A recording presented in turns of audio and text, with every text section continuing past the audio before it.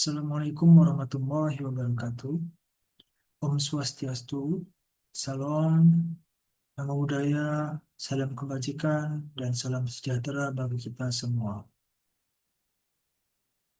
Baik, adapun pada kesempatan kali ini, saya akan mempresentasikan terkait dengan mata kuliah Trihita Karana dengan bahasan implementasi Trihita Karana dalam kehidupan. Saya atas nama Syafri Ramadan dengan NIM 252906102. Adapun hal pertama yang akan saya bahas yaitu dari Trihita Karana dalam arsitektur dan tata ruang. Arsitektur Bali, khususnya arsitektur tradisional Bali, merupakan acuan dalam mengolah dan mengatur tata ruang yang berlandaskan kebiasaan masyarakat Bali. Salah satu konsepnya selain Trihita Karana adalah Asya Kosale Kosali, Astapatali, dan lain sebagainya. Semua konsep penataan ruang Bali berlandaskan pada kehidupan masyarakat setempat. Hal tersebutlah yang harus diperhatikan oleh arsitek yang akan merancang bangunan yang berhubungan dengan Bali. Dan pada dasarnya, memang konsep penataan ruang Bali adalah tentang bagaimana cara menggabungkan elemen-elemen makhluk hidup agar dapat hidup selaras dan berdampingan. Nilai ruang yang dihasilkan dari penerapan konsep dasar arsitektur tradisional Bali sudah sangat dikenal di kalangan masyarakat, yaitu Triloka dan Triangga merupakan salah satu konsep hasil turunan konsep dasar Bali yang berbentuk hierarki penataan ruang. Adapun Triloka yaitu Burloka dengan dunia bawah atau alam kasar, tempat roh-roh atau alam negatif. Usah Ufaloka, dunia tengah atau alam nyata, tempat manusia dan kehidupan sehari-hari. Dan Sahloka, dunia atas atau alam halus, tempat para dewa dan alam surgawi. Adapun Triangga, konsep ini yaitu konsep kearifan lokal masyarakat Bali yang merujuk pada pembagian tiga bagian tubuh manusia, yaitu kepala utama angga, badan madya angga, dan kaki nista angga. Konsep ini kemudian diaplikasikan dalam tata ruang arsitektur tradisional untuk menciptakan keselarasan dan keseimbangan antara bangunan, alam, dan manusia. Selanjutnya yaitu arsitektur Bali yang tertuang pada aspek Tri Mandala yaitu Mandala Nista, Mandala Madya, Mandala Utama. Yang terdapat pada gambar itu adalah dari 1 sampai 11. Yang pertama itu adalah Sanggah, kedua Bali Dangin, ketiga Bali Kelot, keempat Pawon, kelima Bali Dauh, keenam Bali Daje, ketujuh Penunggun Karang, ke-8 lumbung, ke-9 kandang ternak, ke-10 halaman rumah, dan ke-11 pintu masuk.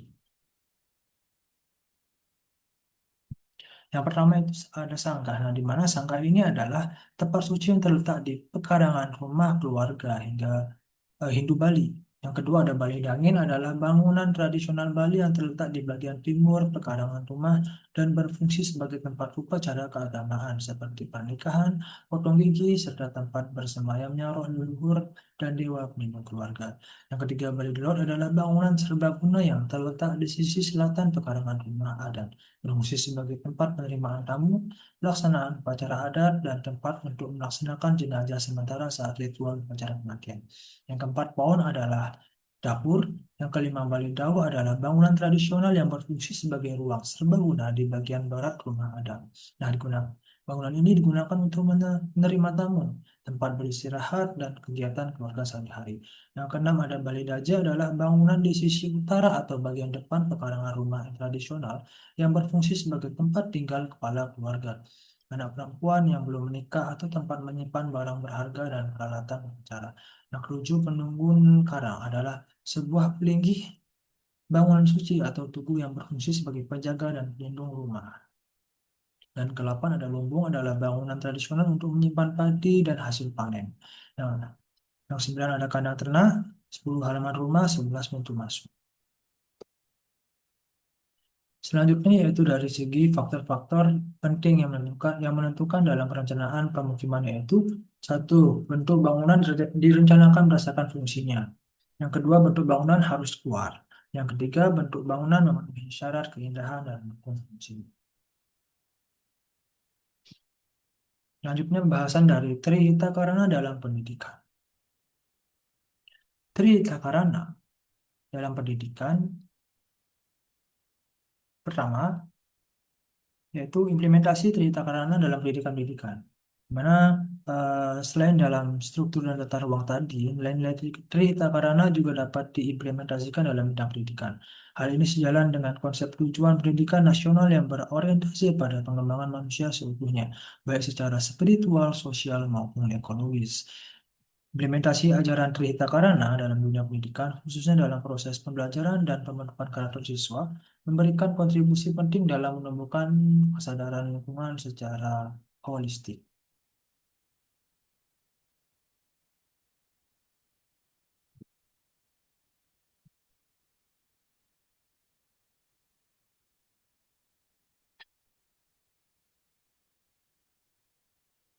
Selanjutnya ada parahyangan, mana hubungan dengan Tuhan. Nah, pada para parahyangan ini, pendidikan berperan dalam menanamkan nilai spiritual, etika, dan moralitas kepada murid. Penerapan cerita Karana dalam bidang pendidikan, khususnya di sekolah, tergambarkan dengan mengadakan doa bersama sebelum dan sesudah pelajaran. Kegiatan ini membantu siswa untuk memulai pembelajaran dengan hati yang tenang, penuh syukur, dan siap menerima ilmu. Selanjutnya, yaitu dari Pawongan, di mana hubungan dengan sesama manusia. Nah, dari Pawongan dalam konteks sekolah, siswa menghormati guru sebagai orang tua di sekolah, mematuhi tata tertib, dan menjaga sopan santun dalam berbicara maupun bersikap. Sikap saling menghormati dan toleransi antar siswa juga penting untuk menghindari perundungan, bullying, dan menciptakan suasana kelas yang nyaman.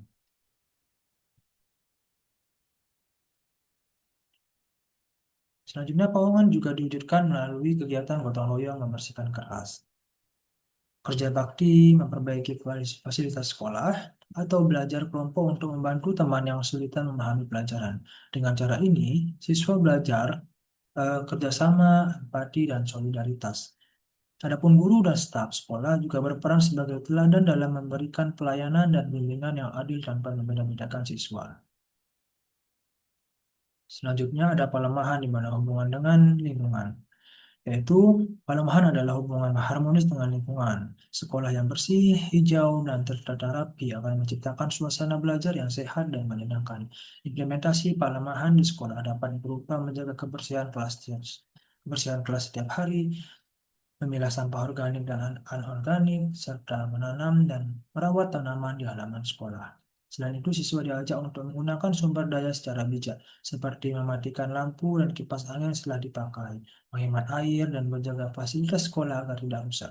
Kegiatan lomba kebersihan antar kelas atau program adiwiyata dapat menjadi sarana untuk melatih siswa peduli pada lingkungan secara berkelanjutan. Baik, mungkin itu saja yang dapat saya sampaikan pada kesempatan presentasi kali ini. Kurang lebihnya mohon maaf, saya akhiri presentasi kali ini dengan ucapan Assalamualaikum warahmatullahi wabarakatuh. Om Santi Santi Santi.